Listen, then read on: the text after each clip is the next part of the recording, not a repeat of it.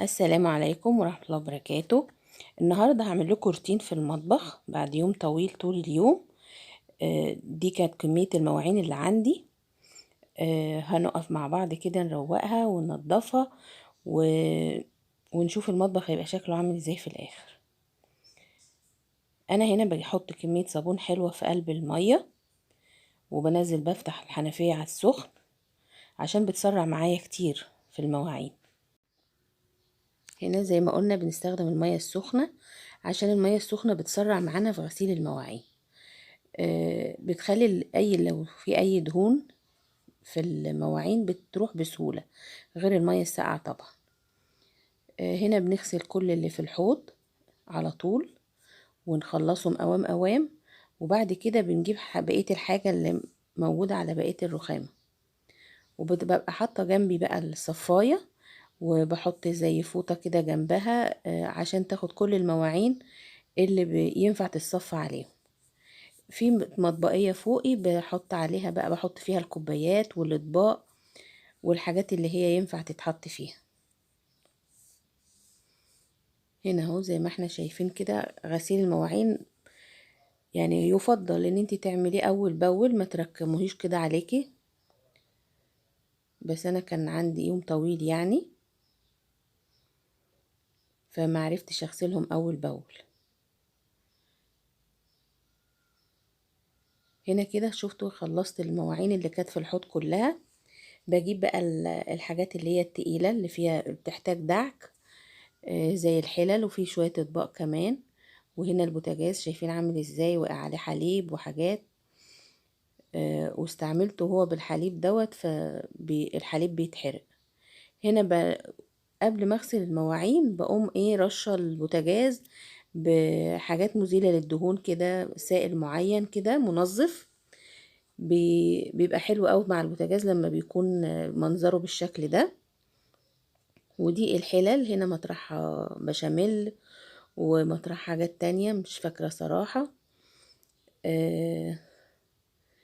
بنقعهم في المية، بملاهم مية سخنة يتنقعوا قبل ما اغسل المواعين الخفيفة دي، يكون هما باشوا ويبقى سهل غسلهم كمان اكتر.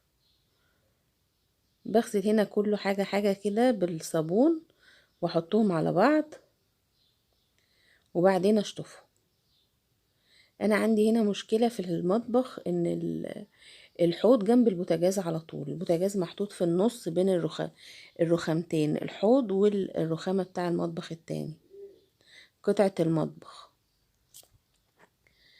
ف يا دوبك بتبقي يا دوبك واقفة كده، مش عارفة تتحركي صراحة، لا عارفة تروحي كده ولا كده.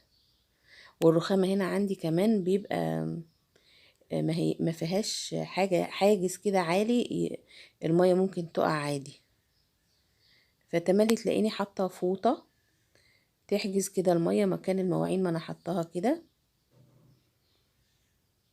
عشان ما تغرقنيش مية وما تغرقش الدنيا مية. وكل شوية بقى اخدها اعصرها واحطها تاني. هنا كده خلصت المواعين اللي كانت على الحوض. ناخد البوتاجاز، هاخد العيون كلها وهنقعها في مية سخنة مع ملح ليمون، مع شوية منظف من بتاع الدهون ده اللي رشيته على البوتاجاز من شوية اهو، واحط عليه مية سخنة وملح ليمون وشوية صابون سايل من بتاع المواعين اي نوع عندك. ادي اهو ملح الليمون، حط عليه شوية حلوين كده، دول بينزلوا بقى كمية الدهون اللي موجودة على العيون. ولو دعكتيها كويس بقى كمان او سبتها مدة اطول، بترجع العيون تقريبا لحالتها الاصلية، يعني لونها الاصلي. بس يعني هياها ما بتفرقش كتير، لان تو ما اتحطت على النار بترجع تسود كده تاني. فانتي مهما عملتي يا دوبك ولعتي على البوتاجاز بترجع للونها الاسود تاني. هنا بندعك البوتاجاز كويس بقى بعد ما نقعته، بيبقى بيسهل علينا بقى المنظف دوت، بيخلي ما تدعكيش قوي بقى، يعني ما تتعبيش نفسك في الدعكة قوي. هنا خلصنا اهو كل حاجة. البوتاجاز بقى زي الفل، المواعين كلها خلصت وبصفيها، وشوية بقى بعد ما تتصفى كده هعينها كلها ان شاء الله. اتمنى يكون الفيديو عجبكم وتنبسطوا بالفيديوهات اللي انا بقدمها وتشجعكم وتشتركوا في القناة، واتمنى لكم وقت سعيد يا رب، وحياة سعيدة وكل حاجة حلوة للمسلمين اجمعين يا رب. وكل سنة وانتم طيبين بمناسبة العيد ان شاء الله. سلام عليكم.